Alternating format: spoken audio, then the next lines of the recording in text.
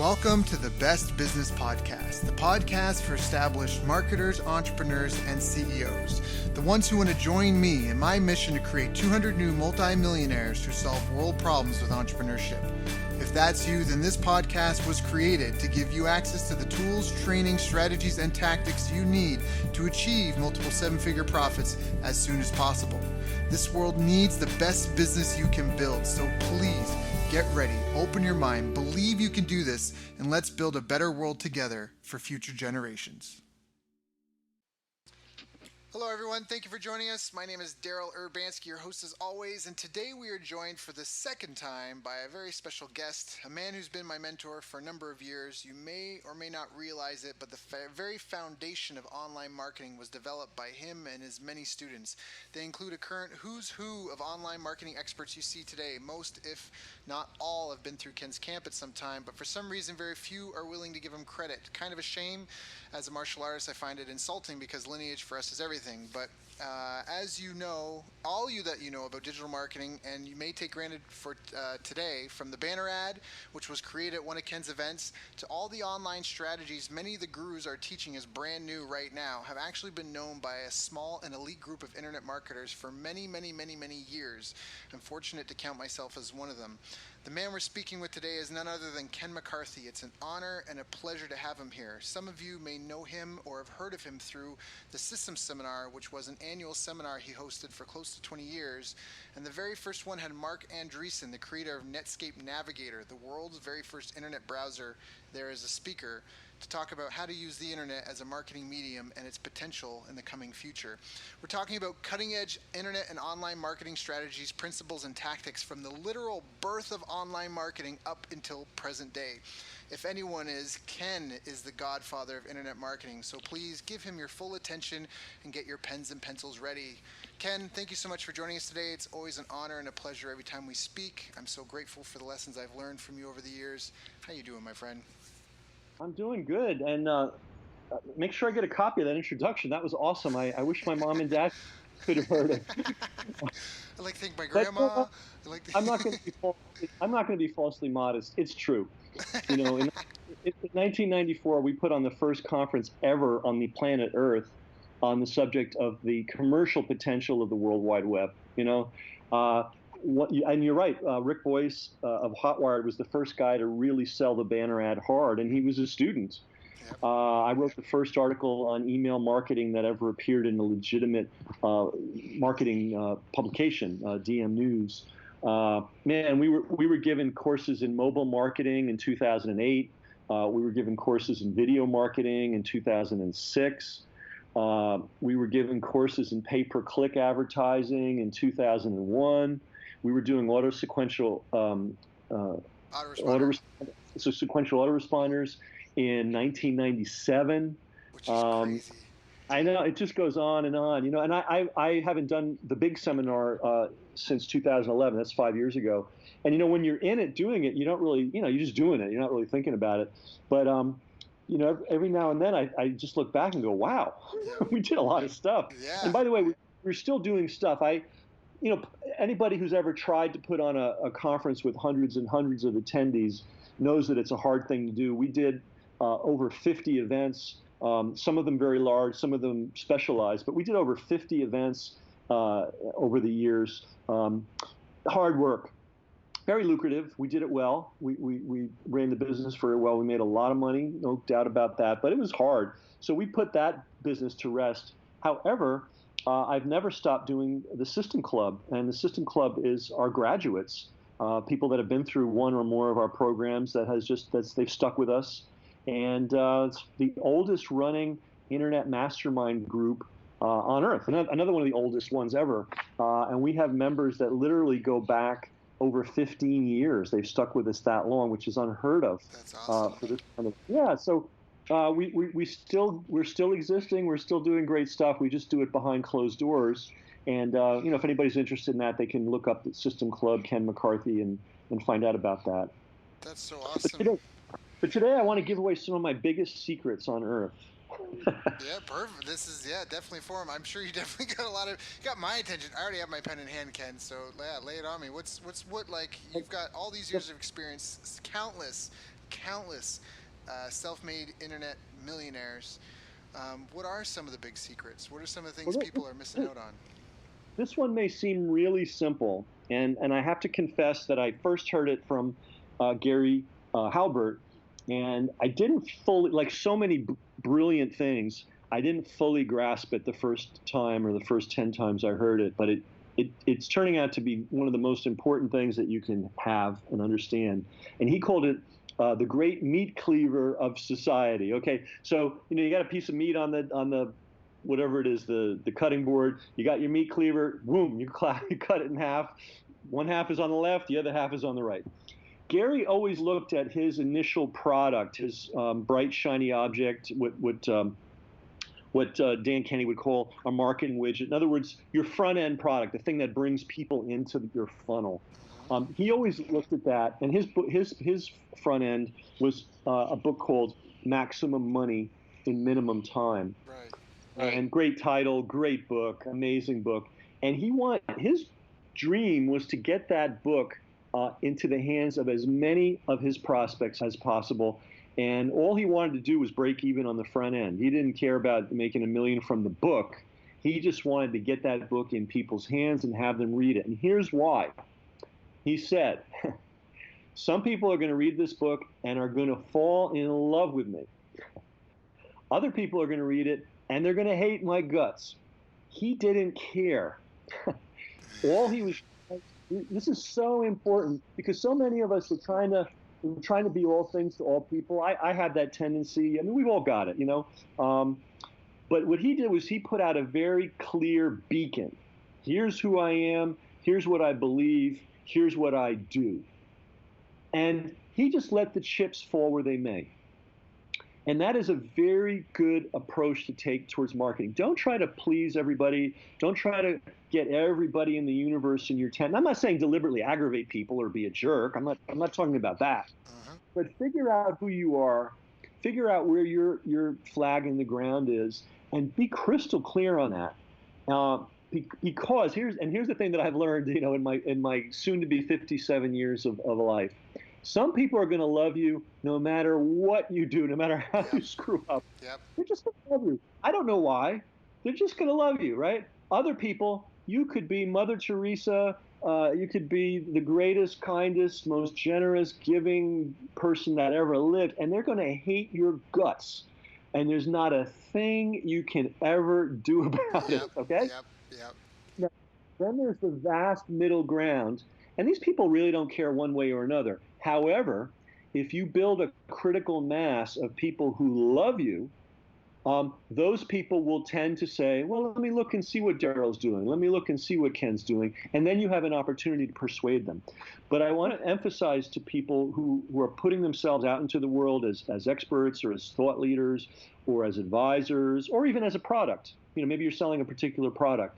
Don't pussyfoot around. Don't try to be all things to all people. Don't be bland, and don't be bland. I mean, that's the corporate way of advertising. Be exactly who you are and let it rip. And by the way, it's very handy to be who you are because guess what? That's who you are. Yeah. Then there's no faking. There's no tiptoeing. You don't have to pretend things. I've fired clients. I love this tip, Ken. I've fired clients because they had racist tendencies, or I'd see them post stuff on Facebook. There was one gentleman in particular. I was like, I shouldn't say his name. I just don't think we should work because of that. And I think the only time hopefully there's a lot of people that are really cheering having heard that, because we just gave them permission to do probably what they've already been feeling in their heart.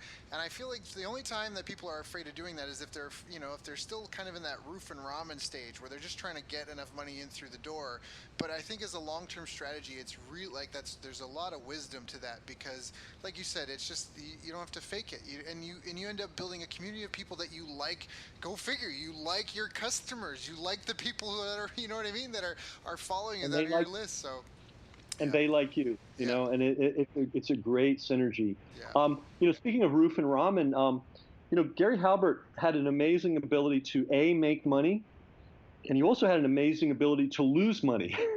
Yes. And he it's just a fact. It's a historical fact. It's not a put down of him. He was the great genius of marketing. Nobody can hold a candle to him as far as I'm concerned. But not everybody's good at everything. So he had a tendency to just blow all his money very rapidly. So he had the roof and ramen situation throughout his entire life, and it never dissuaded him from being who he was. And being who he was never hurt him in making money. I have to tell you a funny story about him. He he had a friend. He just received $500 for something, and so Gary gave his friend the money, and said, "I want you to hold this money. Keep it away from me, okay?" And then they were getting to get on Gary's boat. So the guy thought it was safe. So right on the pier, just as they were getting on the pier to go to the boat, he gave Gary the money. Gary got on the boat, and somewhere between the pier and the boat, he literally physically lost the money. So that's a true story. It's crazy, but anyway, I'm getting a little off the point. But if you are in roof and ramen, it's not going to get you there any faster to try to be Mr. Please the World. I guarantee it. And again, I'm not saying I'm not saying be a jerk. I'm not saying be arrogant. I'm not saying be aggressive. But figure out what your values are. Yeah, and it has to do with values. It's, what are your values? What do you think is a good thing? What do you think is a bad thing? What do you think is a worthy goal? What do you think is not a worthy goal? And just let it rip. Again, here's the thing: you'll never ever get 100% of any market. That will never happen. So stop trying. And trying to get 100% of a marketplace is the surest way to get 0% of the marketplace. So set out that, know who you are, know what your values are, and be a clear, consistent beacon. A lot of people listening to this may not remember Ronald Reagan, but I remember him. I was in my 20s when he came along. And, a lot of people didn't like him, but a lot of people loved him. And the thing that everybody said about him, whether you liked him or didn't like him, he was consistent. He was who he was Tuesday, Thursday, Friday, Saturday, and Sunday. Another thing about consistency, and I'm not saying consistency and blandness or consistency and mediocrity, but one of the reasons that McDonald's originally succeeded so well, and I don't eat at McDonald's, and I quite frankly don't recommend that anybody eat at McDonald's. However, from a business model, the thing that they did that made them so unique is that you could count on them. Every burger was the same as every other burger. Now, you may say, "Oh, that's boring." Well, not when you're going out to eat and you're in a rush. Like, you don't want to discover. People don't like surprises. Yeah. Especially you got 15 minutes to eat, you got $2. You don't want to discover that they're experimenting with filleted salmon. Forget about it, right? Yep. So, but the point is the consistency. And you get the consistency from knowing who you are and what you're bringing to the world, and then just being on point, on message all the time. And my biggest advice: don't make up a personality. Be the person that you are. I mean, you might be the person you are larger than life, but be the person that you are. It makes things a lot simpler. So that's a big piece of advice that you can organize the rest of your life around. And now let me give your listeners another hard-learned, multi-decade tested piece of advice when it comes to copywriting. And I got this from Eugene Schwartz. And here goes. Don't ask people to buy, ask them to try. Yes. Yeah. Yes. Now, this especially is important on the front end. Now, after a while, if people know you and love you and everything you've ever given them is great, you don't have to worry too much about it, right?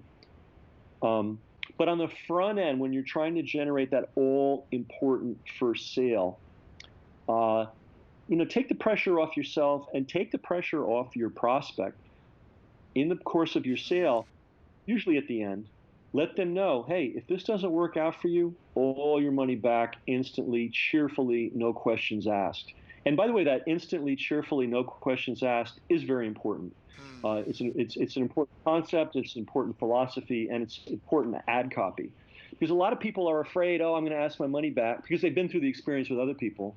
I'm going to ask for my money back. I'm going to get a runaround. I'm going to get an attempted upsell. I'm going to get a browbeating from the guy on the other end. No, you want to make sure that people know, hey, you're taking a risk on me, but I don't want you to take a risk on me. The risk, I'm going to take all the risk in this transaction. If I don't deliver everything I promised to you and more, just ask for your money back, and we part friends. I think Ted Nicholas used to use language like that, and it's very, powerful language, but it's not just sales copy, it's philosophy. Because listen, why should a prospect take a chance on you? Mm-hmm. He doesn't owe you anything. Mm-hmm. You should be the guy in the position of having to prove yourself. That's the real position that you're in. So just admit it and act on it. Um, and you'll generate more sales this way, because people will feel like, if they're on the fence, if they like your offer, if it resonates with them, but they're a little worried about the price, or they're really worried about, well, is this another internet baloney artist? Yep. If you take that risk from them and make it a try, not a buy. Now, you may say, well, who's this Eugene Schwartz guy? I never heard of him. Did he ever sell anything? Eugene Schwartz was the most successful seller of mail order books in the history of the world. This is pre-internet. This was not only pre-internet, this was pre-credit card. This is when people used to have to write a check, put a stamp on an envelope, go to the post office and make their orders. And this guy used to sell books like a rock star. And he was, by the way, he was the foundation of Boardroom, which is one of the greatest direct marketing companies of all time. Yep. We've had Brian on the show a couple times, so our listeners should know who Brian is. Yeah. Yeah. Brian Kurtz and his boss, Marty Edelston, went to Gene and said, we've got this crazy idea. Or Gene, well, it was Marty really at that point. Marty went to Gene and said, I got this crazy idea. And Gene said, oh, let me write the letter.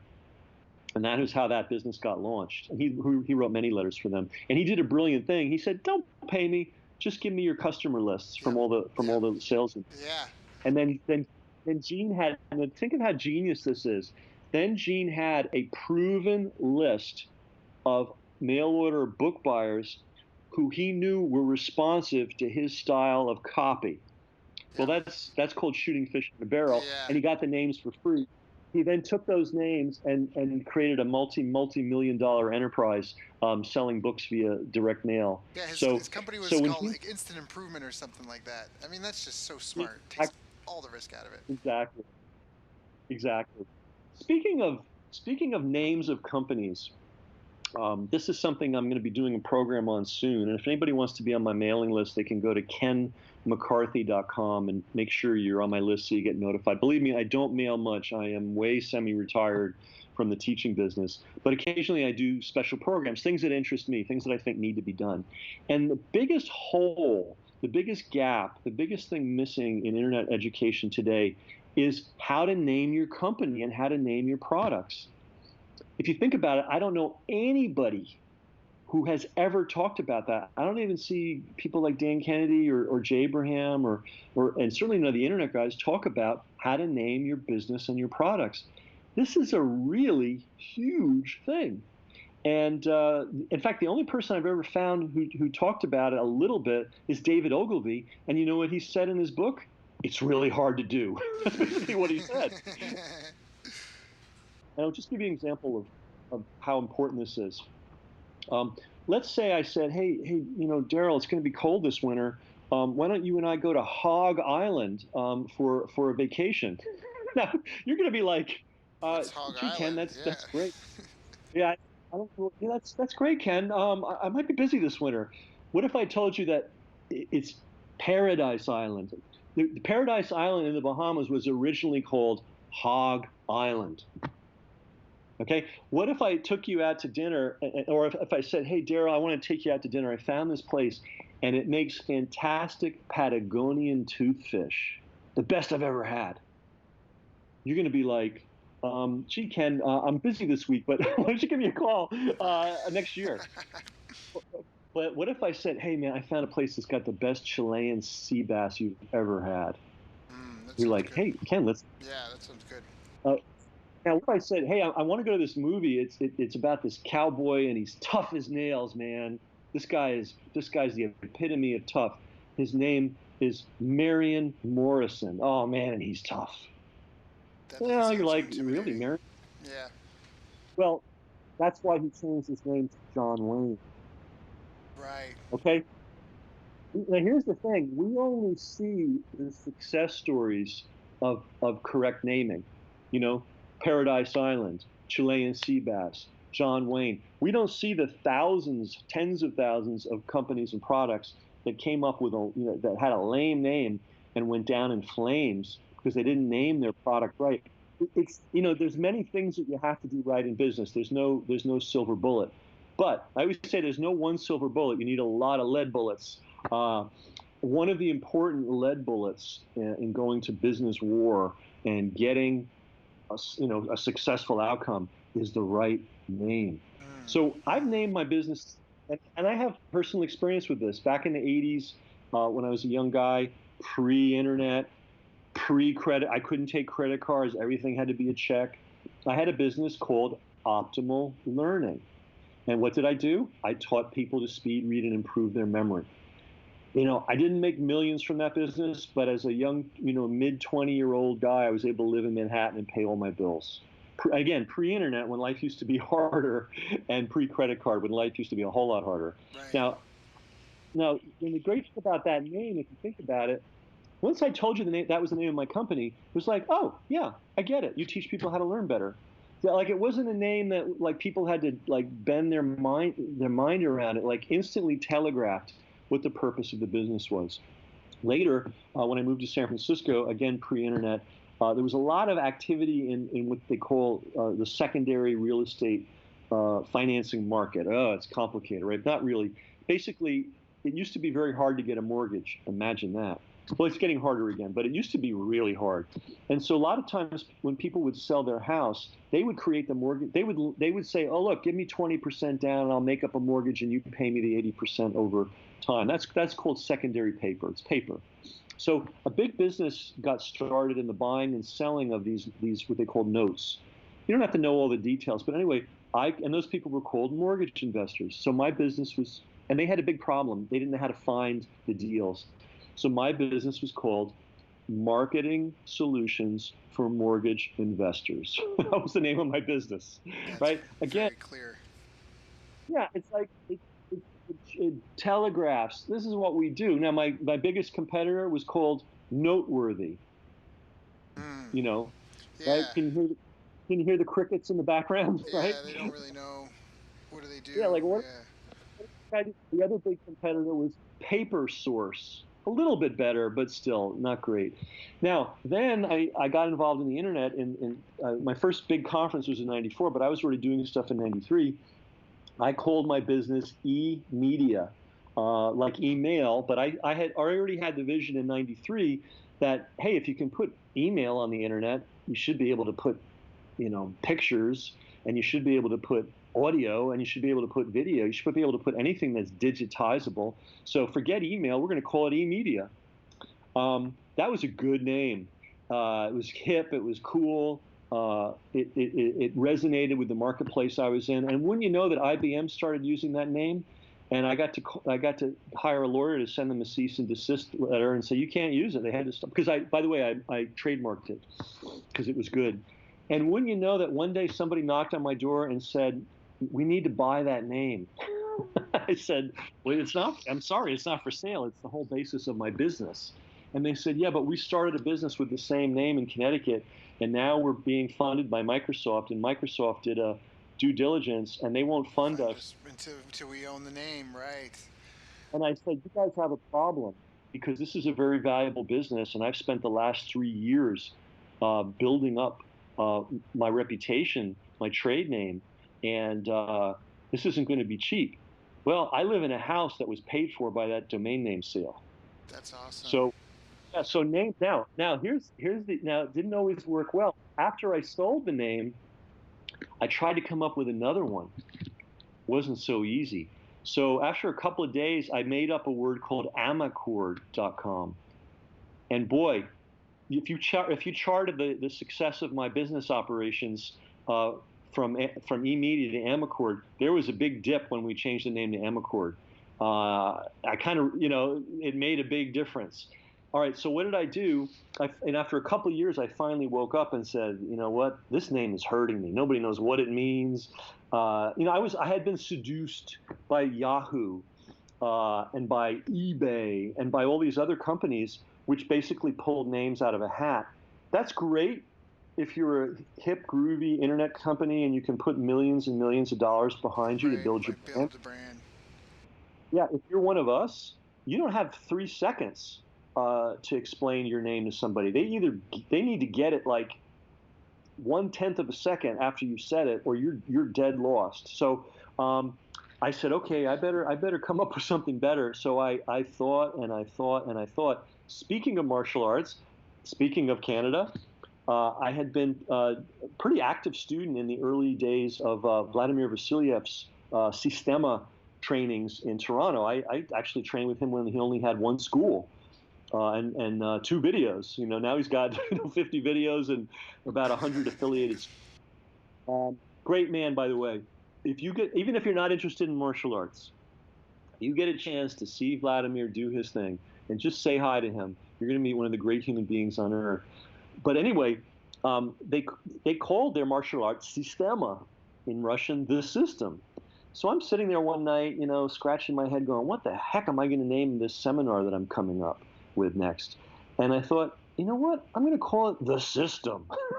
you know, because in fact, we were teaching a system in 2002 when we launched that new series. We were showing people how to test your business idea for pennies in advance, how to test headlines in advance for pennies, how to test book titles, how to test product names, how to test business names. We were teaching people how to use pay-per-click to test and to then roll out.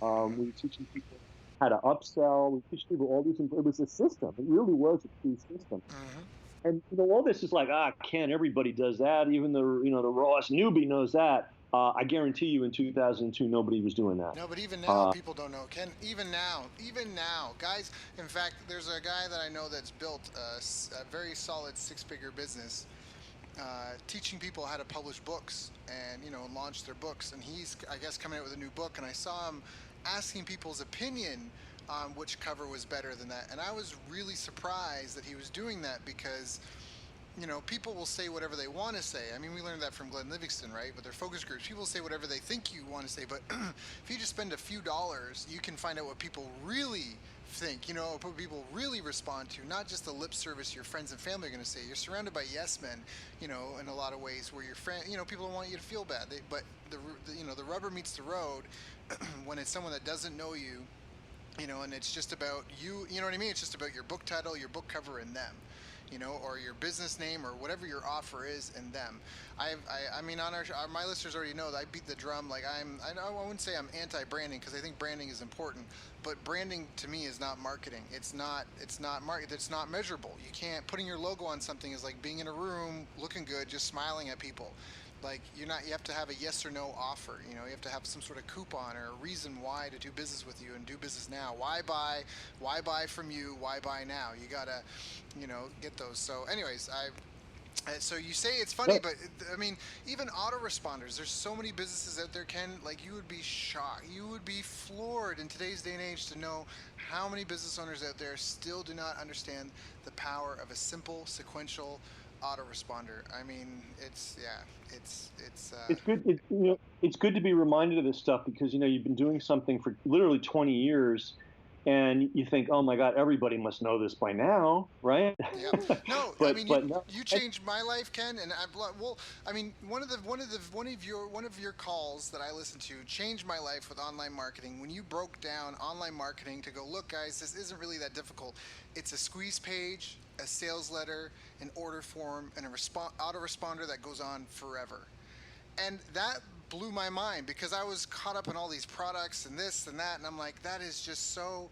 And it's simple. It doesn't mean it's easy, right? Like you got to write a sales letter that converts. You got to write a squeeze page or an opt-in page that gets them to. You got to come up with the lead magnet. But man, especially in today's day and age, it's so fast and easy to test stuff. You can make 8 squeeze pages, put $50 behind ads to each one, and figure out what offer do people really want. The biggest thing is competency in getting the technology and getting it done. And there's all sorts of tools and plugins you can get. I guarantee, Ken, there's someone that just heard that their mind is now blown. They're like, and what are we? We're 2016 right now. You know what I mean? Like it's yeah. Everybody discovers things at different times. I mean, I'm discovering things at my age that I bet a lot of teenagers know. It's just we all learn different things. It's true, Yep, we all learn that is different true. things at different rates. But going back to the martial arts analogy, in a real fight, there's only about 3 or 4 things that people can actually do. You can there may be 10,000 techniques, but you generally default to 3 or 4 very simple things. But as you pointed out, this is a key concept: simple but not easy. In other words, to have that simple technique at your complete command so that you use it powerfully, quickly, accurately. It may be a simple technique, but to get it to the point of where it's diamond sharp, that's not easy. That takes practice. That takes discipline. That takes focus. So, we're all the same. We all think that the more complicated something is, the more fabulous it's going to be. But in reality, what really works in the world, it's like football, it's like basketball, it's like combat. I mean, it's like anything that you can name. Yeah, there's a million things you can learn, but it usually always boils down to 3 or 4 things that you must master completely. And if you master those quote simple things, you'll rock. You'll rule the world. Now, meanwhile, if you're on the opposite side of it, if you're chasing 10,000 new techniques, wow, good luck to you. You really need to figure out what it's fundamentals, right? Yep. Whether it's sports or music or So, martial art. what are some of the fundamentals, Ken, after seeing so many people become self-made internet millionaires and just seeing all the businesses come and go and people blow up and think they're doing good and then, and then have poor business ethics and have it eat them alive essentially. I mean, what would you consider to be some of the simple fundamentals? Wow.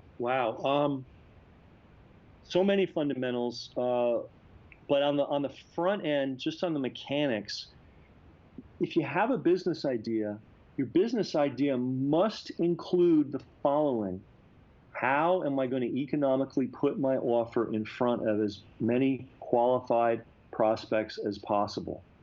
If you have a business idea and it can't answer that question, your business isn't ready.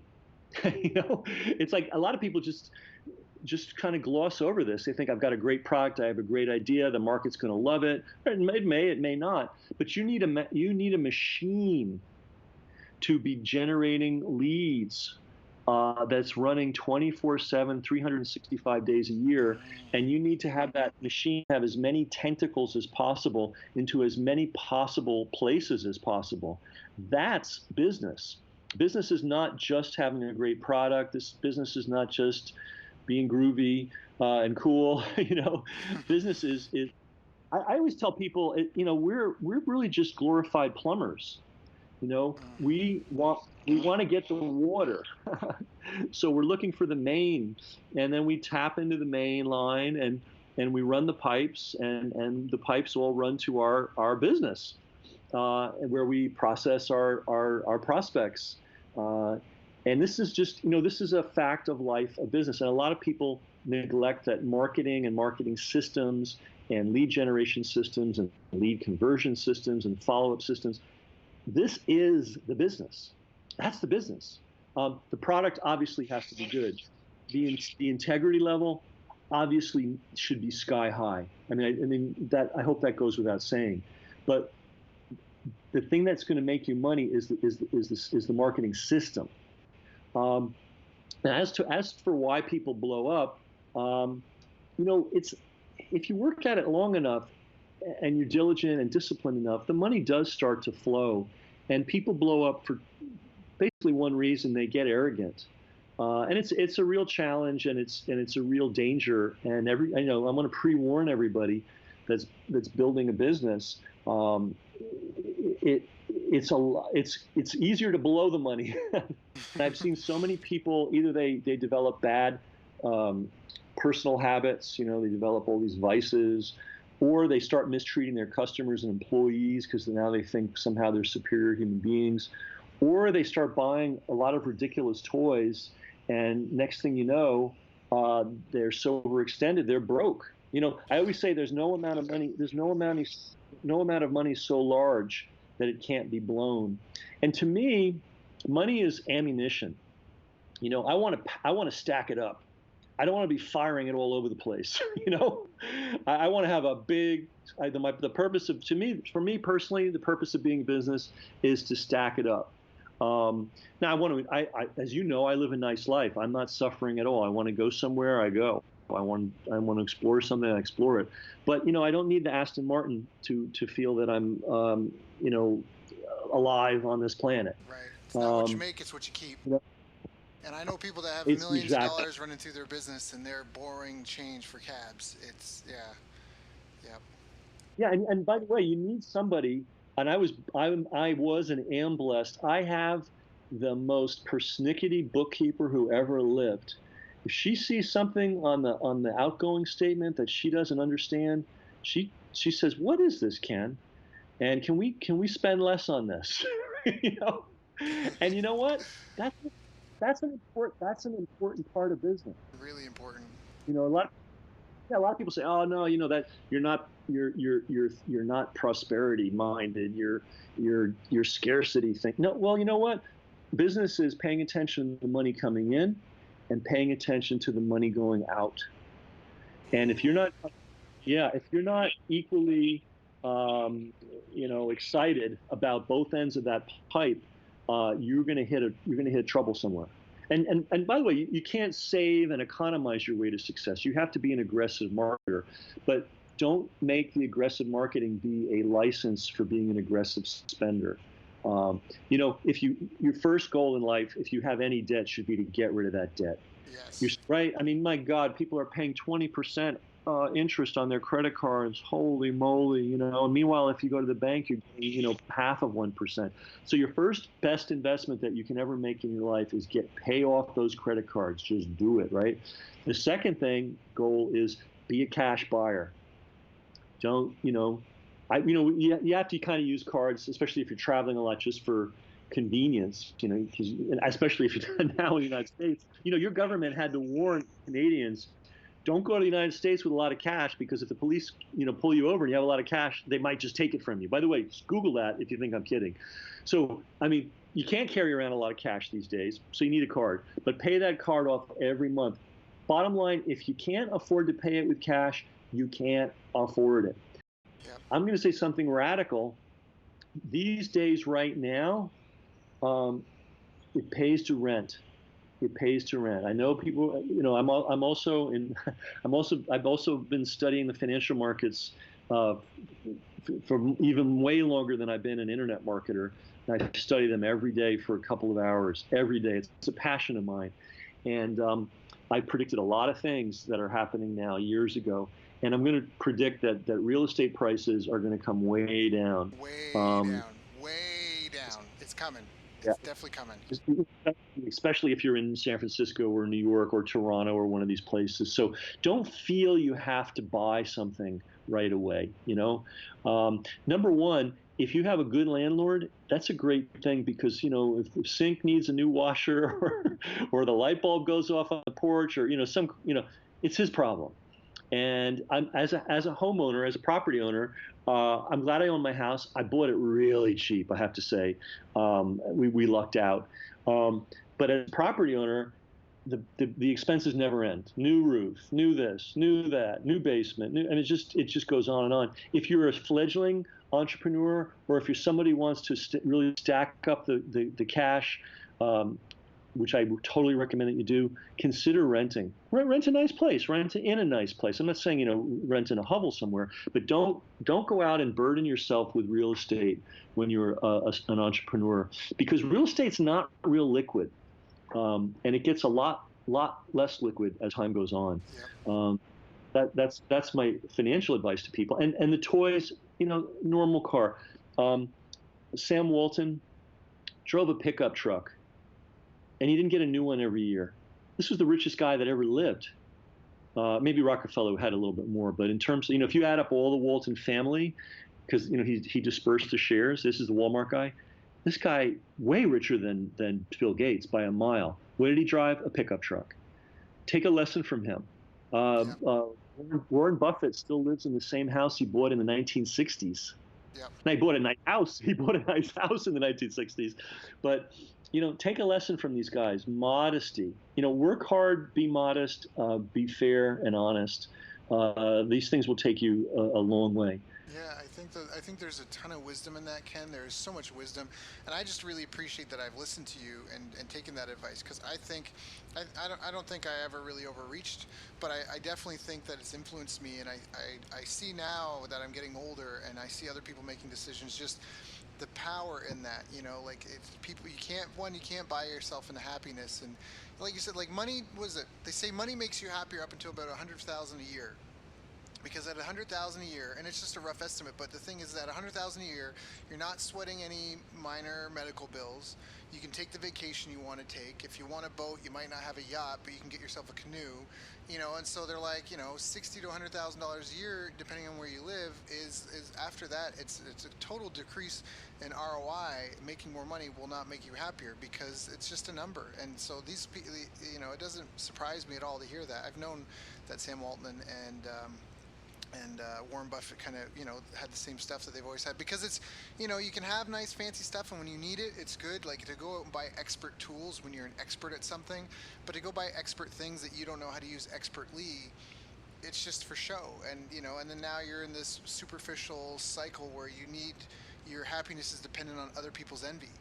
And I think that there's just a ton of wisdom in that what you were just saying, that to, I mean, there's a Confucian had a saying, like, there's a saying in Confucianism that, he who is content will always be content. He who is looking for something more will never be satisfied. And it's kind of like I say that all the time. I feel like, for myself, personal experiences myself, just having traveled the world, learned multiple languages, learning from great mentors like you, like just find a really good day-to-day routine in life that you could live for another 100 years, and just chase your passions. And I love what you said. You're like, if you work at it long enough and consistent enough, and you're diligent, and you're persistent, and you're intent on helping people and bringing value to the marketplace and the world, the money will flow eventually. Eventually, it will click, and just keep on that. And I think there's a lot of satisfaction and fulfillment in being able to just carve out your own lifestyle, making an income how you want, doing what you want to do, helping people how you want to help, being your authentic yourself, and letting the world adjust. And that way you attract clients and customers and people that you resonate with and that you want to be around. I just think there's a lot of wisdom here, and I hope the listeners haven't lost it. I hope they're taking down paper and pen. They may want to go back and listen to it again. But there's just a lot of profound wisdom in that. Especially right now about buying real estate, because there's definitely, I mean, with everything that's been going on in the world, things have to level out at some point, and can't go up forever. So the thing to remember about every market is that they all top out. You eventually, everybody's in, and once everybody's in, there's only one direction it can go. Well, actually, the way to think of it is as a boat. If everybody's on one side of a boat, that boat's going to tip over. So whenever you see everybody on one side of an opinion about anything financial, you can almost guarantee that a change is going to happen. And that's why I call money ammunition. And you make a really good point. At a certain point, more money to spend doesn't help happiness. So what do you do with the excess money? You save it.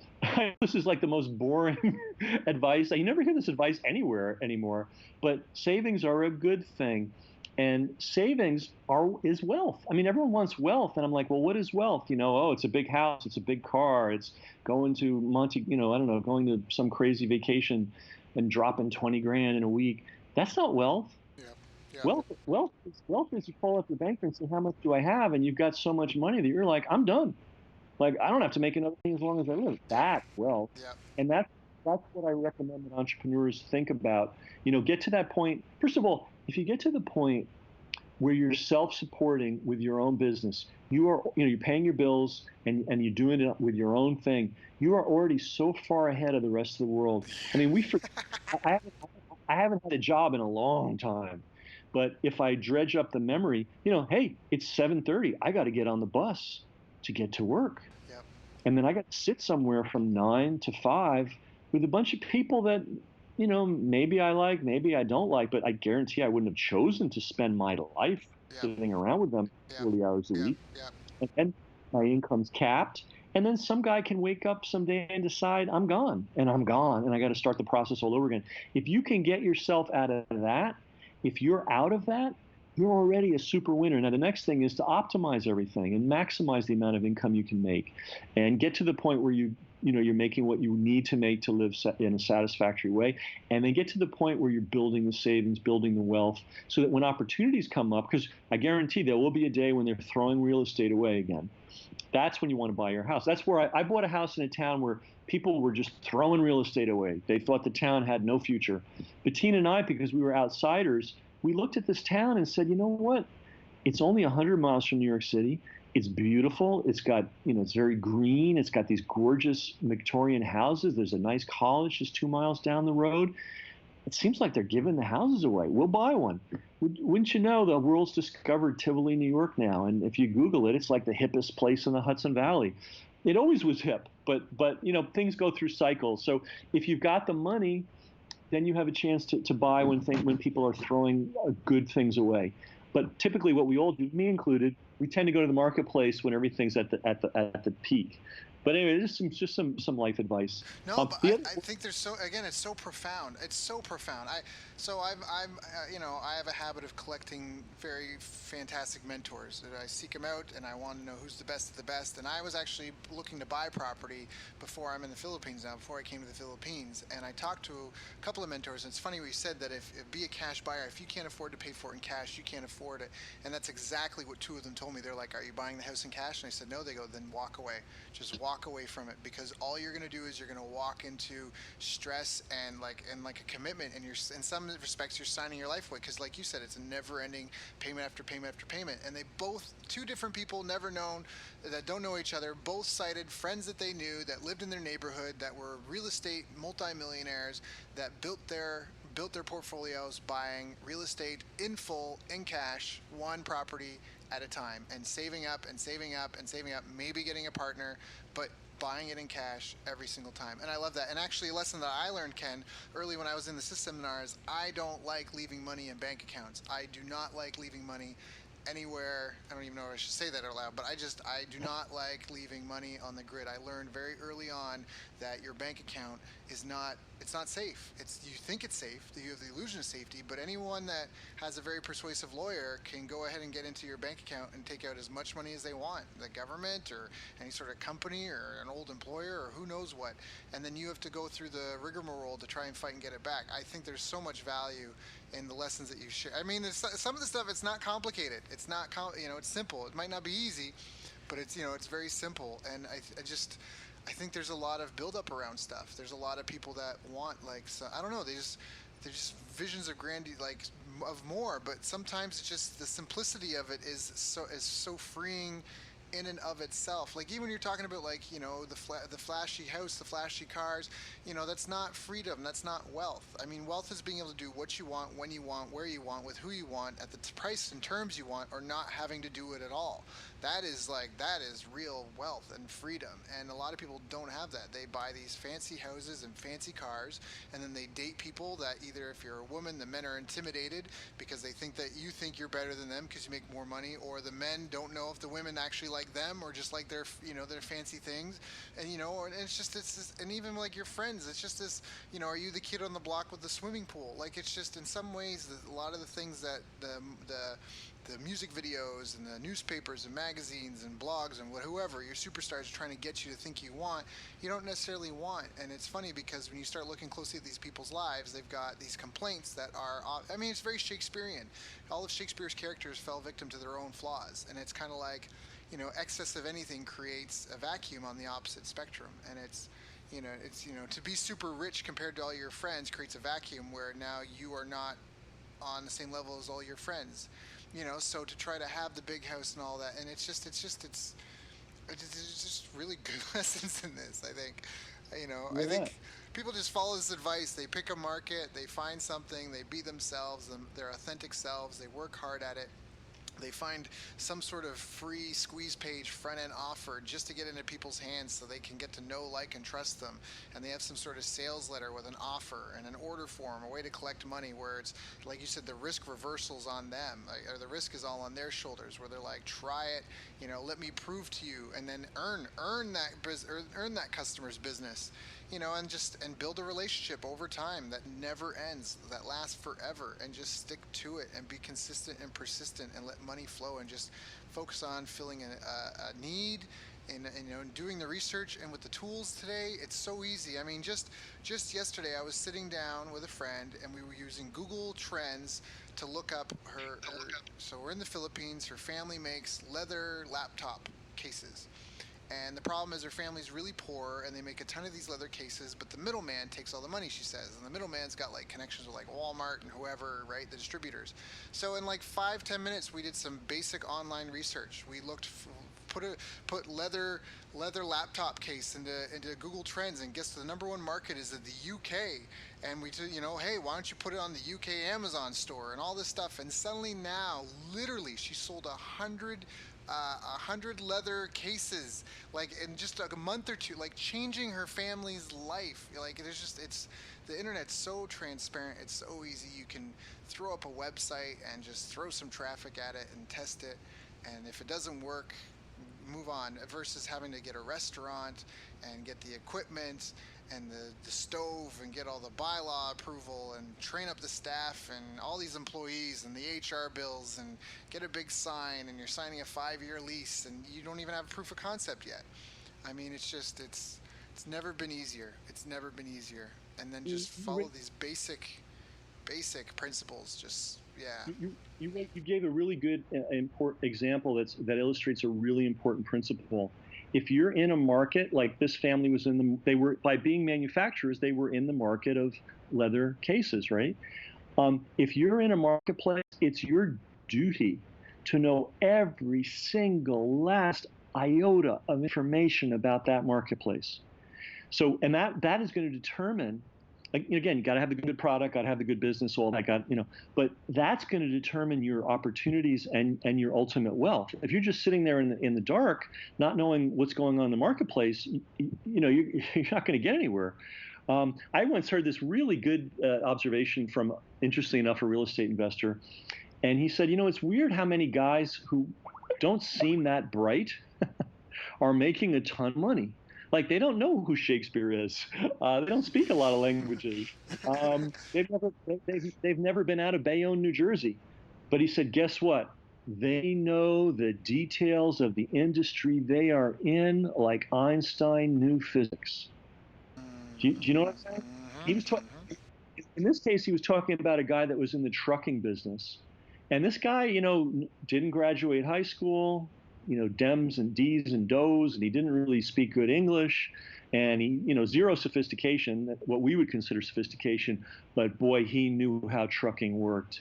He left no stone unturned. He knew every nook and cranny. So if you're in a business, if you're in a marketplace, and you want more money, start understanding, start studying, start talking to people, start digging, and never stop digging, because here's this case of this family in the Philippines. One little tweak, it's the same thing they've always been doing, but now they're making way more money. What's changed? Better understanding of the marketplace they're in. I want to say one last thing, one last secret, which is really important. Market selection, target selection, market selection. I'm going to use a war analogy. If there's I don't know, an outhouse, right, in the woods, that's not a great target. That's not like a high quality target to go after. You want to go after the bridge, or you want to go after the airplane factory. You want to go after. So the same thing in marketing. Like, look at the marketplace that you're in or you're considering going in. Make sure that it's a rich market, right? Don't sell tchotchkes to people that have no money. You know what I'm saying? You have to think about. And you can, and it's transparent, it's obvious, it's not like you have to be a rocket scientist. For instance, in the world of advice giving, the two biggest fields are health and money. And you know that why? Because the two biggest or the biggest newsletters companies in the world all Hmm. focus on health and money. So target selection is very important too. You can't just take any product to any market and think you're going to make a lot of money. You have to say, okay, how deep is this market? How responsive is this market? How many different outlets can I possibly have in this market? So that's maybe a whole nother course, a whole nother conversation. But I want to just sprinkle that idea on everybody. It's something that you want in your brain. How big can this thing ever get? Am I limiting myself by the market I'm going into? Um, Yeah, yeah. Because what's you say that you can be the best swimmer, but if you're swimming in a pool with no water, you're not going to go anywhere. You can be the best runner, right. but if you're running through a swamp, the disadvantages are against you. The pioneers get the arrows, the settlers get the land. And so, and a lot of times it doesn't have to be difficult. You can read the reviews, you can figure out who the major influencers are really easily. You can buy their products. That's the other thing about marketing. It's so transparent. There's no secrets. Like you just go to your competitors as a customer and they'll show you everything they're doing. They'll show you their customer onboarding process, and they'll show you, like just I sometimes I test people for different things. I ask for refunds. I don't pay my bill. I do different things. See like how do they? I poke and prod at them to see how they respond, because there's no secrets. If I have a question, how should I handle this? Oh, let me do this to a competitor and see how they handle it. So yeah, just Ken, every time it's just so insightful, and that's just it's no wonder so many people look up to you, because it's fundamentals are fundamental for a reason, and it's definitely a system that you've been putting people through, and those that pay attention and listen and look at the little details come out more prosperous on the other end. So um, it's definitely been an honor and a pleasure. Is there anything I should have asked you that I didn't ask you? I think we covered some really good stuff, and I just say if people want to follow up, KenMcCarthy.com, great place to you can opt Yep. in. You'll get a mail once in a blue moon, but it will usually have a lot of meat to it. Yep. The system seminar is over. Sadly, we don't do that anymore. Almost every week, somebody asks me, "Are you going to do another one?" The answer is, "I don't think so." Um, but I mean, I never say no because who knows. But the System Club goes on. It's never stopped. It's been running since 2002, and you know, I still love doing it. I'm bringing in the same level of experts. We're doing the same level of groundbreaking work. We're just doing it behind the closed doors of the club. But anybody can join now. You don't have to be a System Club graduate. Um, And that's at but other than thesystemclub.com, right? yeah, Thesystemclub.com.